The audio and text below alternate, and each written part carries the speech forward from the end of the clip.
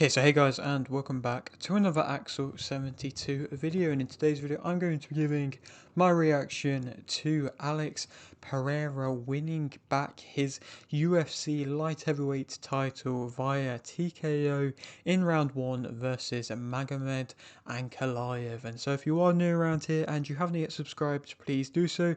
Like the video if you do indeed like the video, and feel free to join the Patreon as well. You can request any kind of combat sporting related content, and I will try my best to get out there for you guys. There has been a great group of members and a great amount of support in which I've had already with it, and I really appreciate that. And yeah, the link will be in the description. Thank you very much. But to get into this one, so in general, as a whole, I think it was a very good card. I mean, it had some great highlight moments in the three fights in which I'm going to be speaking about from the card, but then elsewhere there was also finishes in all of the fights in the main card, and then some good preliminary bout action as well. So overall, I think a very good pay-per-view and a stacked pay-per-view, which of course is exciting and nice to see. But to get into the first fight, which of course was the main event, in which I've already said what ended up happening, Alex Pereira was able to get that first round stoppage and was able to become champion again, reassert himself, and kind of showcase his power again at another kind of great level. He was able to stamp his authority straight away on the fight, basically just rushing onto the front foot, and he was able to land kind of one big shot onto Ankalaev. Ankalaev then, kind of out of panic, went and shot for a takedown. Couldn't do anything. Pereira shoved him off and just beat him down with ground and pound. It was a great way for Alex Pereira to be able to, like I say, kind of assert himself back in exciting fashion, to be able to get, the fans back on his side as the champion. I think that's realistically what he needed to do, because if he would have won, win by any means, but at the same time, he does have this allure about him, that kind of indestructibility, that, just made of stone type of look, and I feel like you need to be able to back that up with stoppages and knockouts, and if he isn't doing that, and if he's winning via decision, then it's not got that same kind of effect. So again, the first round TK of course is the best thing for him for his career, and also the fact that he was able to go onto the front foot, didn't get backed up by Ankalaev like he did in the first fight, again is showing growth. And maybe it was a bit more of a risky strategy, him trying to do that going onto the front foot. Will he just never go on the back foot anymore and just start to heavily rely on his power more and more against other fighters? Maybe that also might be risky and might lead to him getting knocked out himself at some point. But for the moment, that's what he had to do, and that's what he was able to do to be able to get the win. And of course, he was also able to stop the failed takedown attempt of Ankalaev. So again, obviously it wasn't a very good takedown attempt, and I don't feel like Pereira's wrestling has been tested tremendously at a high level just yet in more recent times. But, the wrestling threat of what was Ankalaev has now been, successfully nullified. So again, like I say, a very, very good performance from himself. And of course, he went on to kind of go and call out John Jones to an extent. I mean, he was very respectful to John Jones. Of course, Jones just unfortunately lost to his brother. So, he was very respectable. He didn't, try and force the fight. He didn't really say anything bad at all about Jones, but he did, kind of still hint that he wanted to be on the White House card and he wanted that fight. So could that fight happen on the White House card? Maybe. Will it happen? I don't know. I mean, will that mean that Pereira's not going to fight for the UFC light heavyweight title again? Possibly. There's a lot of questions now to be answered realistically.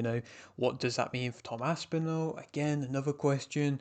It's just interesting to see. There's a lot more questions now which have kind of become available, and will that mean that perhaps the light heavyweight title will become vacant? So perhaps Procházka versus Ulberg could be made into a fight.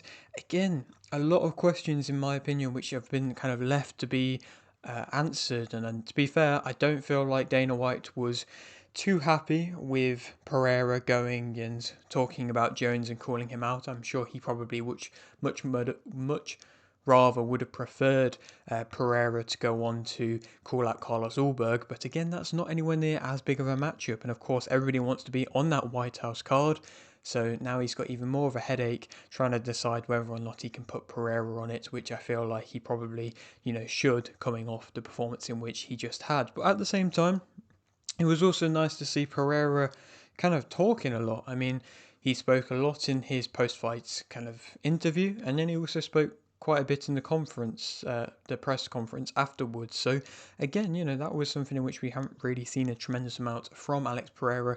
Him getting more confident on the mic and kind of saying what he wants that bit more. And also at the same time, it was nice to see Procházka getting upset seeing Pereira win. I feel like that was quite a heartwarming moment. I think it's obvious that Procházka has a lot of respect for Pereira, and you could see, that there is that. I don't know if it's a bromance there, but at the same time, I think, like I say, they've both been in a tremendous couple of fights, and so there is that respect which is well and truly there between the two of them. So again, that was quite a nice wholesome thing to see. Moving on now to speak about the co-main event. Of course, Merab was able to go on to basically dominate, to then win a unanimous decision against Cory Sandhagen, and again, it pretty much was a dominating performance. You could argue that Sandhagen won that first round, but then otherwise it was pretty much a shutout for Merab. Merab did what he said he would do. He didn't straight away stand just toe-to-toe with Sandhagen. He did, go for the single leg quite early on in that first round, but in the second round he was able to, like I say, stand toe-to-toe. He almost knocked out Sandhagen, which was very surprising. He showed an improved kind of level of pressure striking. I think there is still a lot of risk when he is striking because he is coming in so recklessly. Again, if Sandhagen was that bit more powerful or was able to time a shot a bit better, then, he could maybe have rocked Merab a bit off balance. But Merab was able to dominate again. Sandhagen didn't have the power to slow Merab down and gain his respect until, of course, right near the very end where Sandhagen kind of landed a shot on Merab, which, within the final 10 seconds made Merab back up a bit. But, of course, at that point, there was not enough time left. So Merab, of course, had won dominantly. And so, yet again, Merab is put on another very dominant performance. His takedown variety, I think, was showcased a bit more on display, and that was nice to see. He's just looking so effortless in the way that he fights, and he is, won that kind of title of being the first UFC fighter to get 100 takedowns in the UFC, which was, that's a huge kind of thing which needs to be addressed and talked about, because, that is a huge achievement to be able to get, and I just don't know if many fighters are ever going to realistically be able to get to that level. I mean, it's taken this long to be able to get one, so I just don't see anybody else being able to be that dominant as what Merab is, and he does just seem to be getting better and better, which is, again, scary. And yes, he didn't get Sandhagen out of there, but there was multiple times in which he was very close, and yeah, he showcased a good level of striking as well. He called out Pereira for a rematch, and again, it's a good fight, but I do agree with what Joe Rogan said. Will the fans get excited for that rematch because, of course, of how dominant he's been against all the other fighters in the division?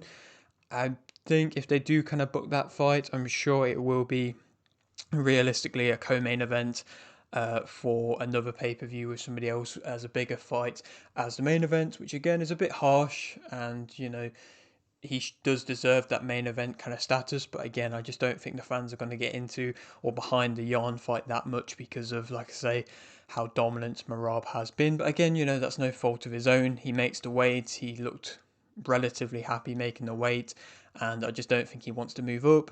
And realistically, there just isn't really that many other options in the division for him at the moment. So again, we'll see what happens with Nurmagomedov and Bautista. But even then, again, is that a fight in which is really going to excite the fans that much? It's difficult, but Dana has given him the credit now to say that he is the best bantamweight of all time. I feel like you kind of have to agree with that, with the run in which Merab's been on. Like I say, you kind of have to agree, and it's about time, I feel like, that Dana gives Merab the credit in which I feel like he definitely does deserve. moving on to speak about the final fight in which I'm going to be talking about, which is, of course, Jiří Procházka winning via KO in round 3 versus Khalil Rountree. Again, another fight in which I got my prediction wrong for. I got my prediction wrong for the main event and for this fight, but the case that Rountree, this was basically just what a lot of people were saying, which was that Rountree couldn't land the shot that he needed to be able to knock out Procházka, and then, the more the fight grew on, the more Procházka was able to make it into a chaotic fight, and again, that's exactly what he had to do to be able to win. It is very interesting the way in which he goes about his fight. When I first saw him come into the UFC, I wasn't too sure, how far he'd be able to go, and I wasn't too sure if he would get stuck at some point, or if his chaotic style was just kind of a mess, or if there was actually kind of strategy behind it.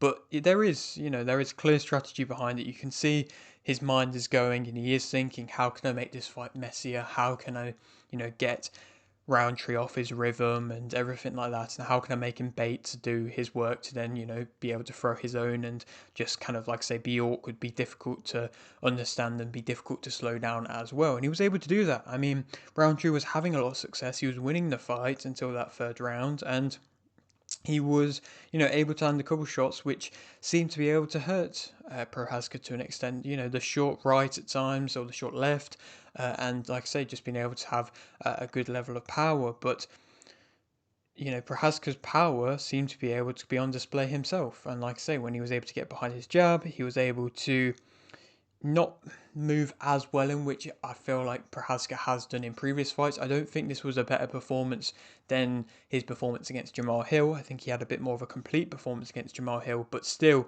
like I say, it was dominating that final round, and he was able to do enough. It was definitely a more impressive knockout when he did get going, but I think Procházka wasted a bit more. Head movement was a bit worse, took him a bit longer to be able to get going.